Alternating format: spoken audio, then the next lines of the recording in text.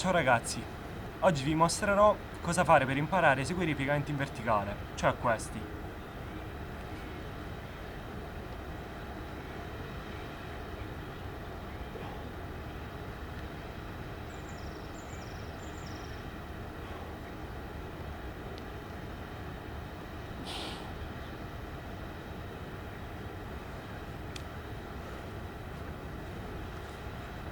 Come al solito potete cliccare sull'apposito riquadro per saltare al punto del tutorial che più vi interessa.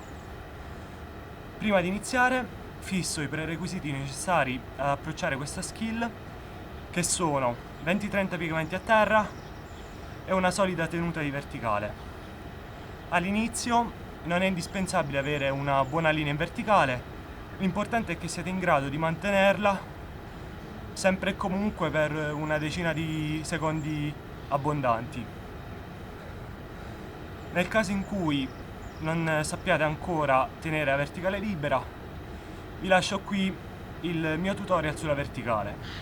Dopo un riscaldamento generale, dedicate una ventina di minuti abbondanti al riscaldamento specifico dei polsi e delle spalle.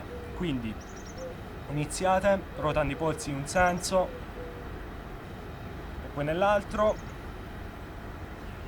eseguite un po' di piegamenti a terra,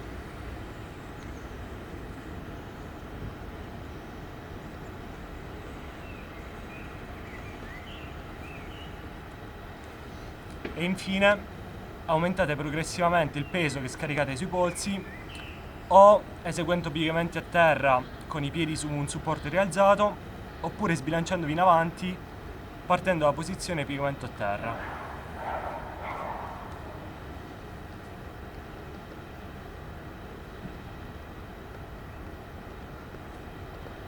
Il primo esercizio che andiamo a allenare è il V push-up. Partite formando una V capovolta con il vostro corpo, mantenendo le gambe tese e le braccia in linea con il busto. A questo punto eseguite un piegamento mantenendo la forma di V.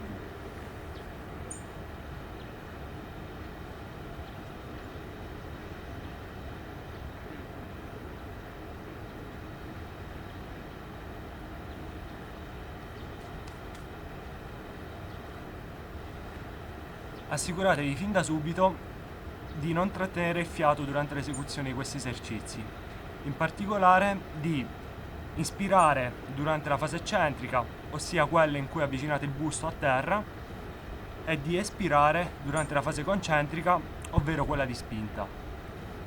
Una volta che sarete in grado di eseguire 10-15 V push-ups, potrete passare al prossimo esercizio, che è il piegamento in verticale con assistenza al muro. Di fronte a un muro salite in posizione verticale con l'aiuto dello slancio di una gamba.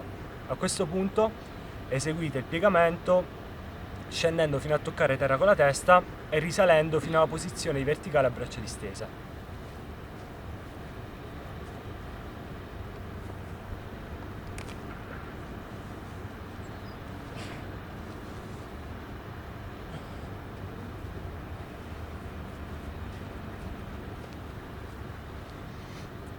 Per ora non preoccupatevi della tecnica, assicuratevi solo che i gomiti non siano rivolti verso l'esterno durante l'esecuzione del movimento, ma che rimangano in linea col busto, quindi non questo, ma questo.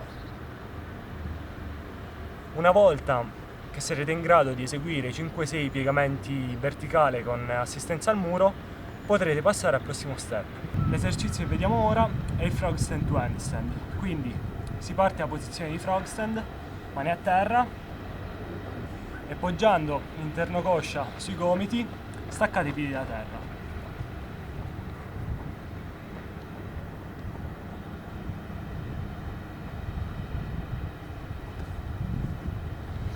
Una volta che avrete raggiunto una buona confidenza con questo esercizio, potrete passare a questo. Partenza da frog stand, a quel punto vi sbilanciate in avanti, slanciate le gambe in alto e chiudete il movimento con un piegamento.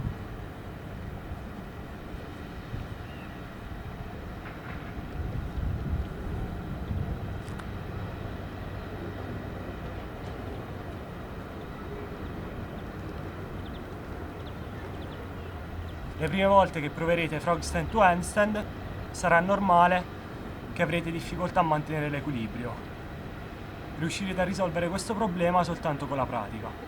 Una volta che avrete raggiunto una buona dimestichezza con l'esercizio appena visto, potrete seguirlo partendo dalla posizione di tuck planche e braccia piegate, quindi mani a terra, piegate le braccia, vi sbilanciate in avanti e staccate i piedi da terra.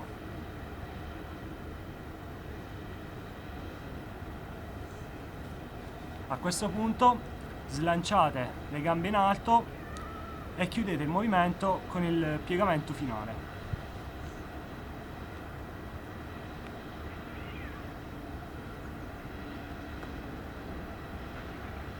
Arrivati a questo punto avrete imparato buona parte del movimento.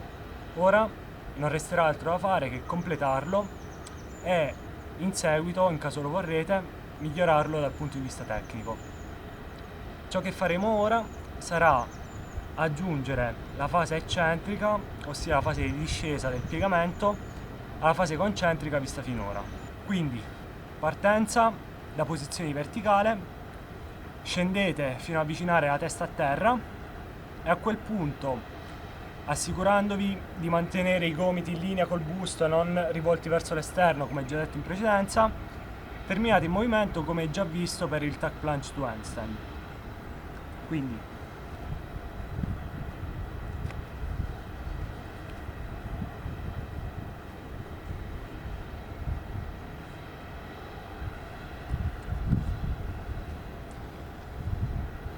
le prime volte che proverete a eseguire i piegamenti in verticale libera avrete difficoltà a mantenere l'equilibrio una volta terminata la fase eccentrica del movimento, quindi i vostri piegamenti risulteranno così.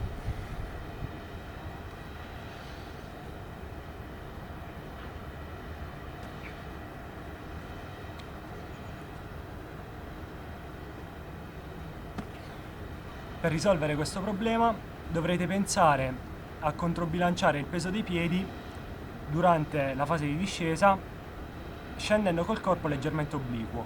Quindi non dovrete scendere col corpo perpendicolare a terra, ma dovrete inclinarvi riducendo l'angolo formato col terreno. Una volta compreso ciò, i vostri piegamenti saranno simili a questi.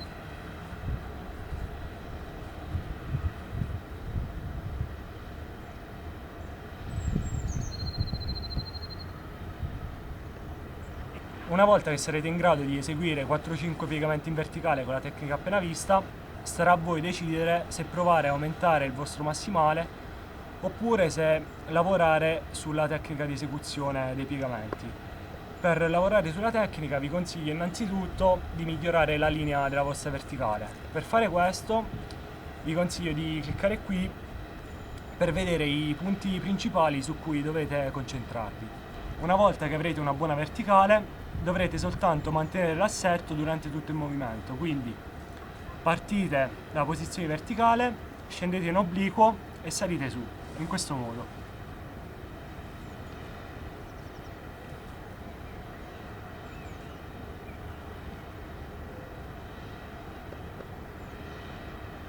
Questi sono gli errori più comuni. Inarcare la schiena durante la fase concentrica così da far risultare la fase di spinta più semplice,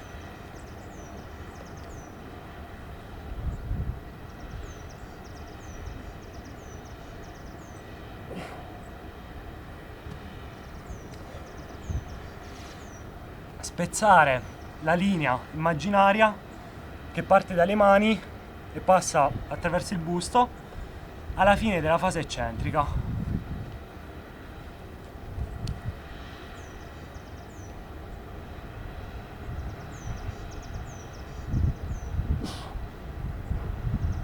Questo è tutto. Se avete consigli, richieste o qualsiasi altra cosa, scrivetemi nei commenti oppure in privato. Lascio tutti i link in descrizione. Buona giornata.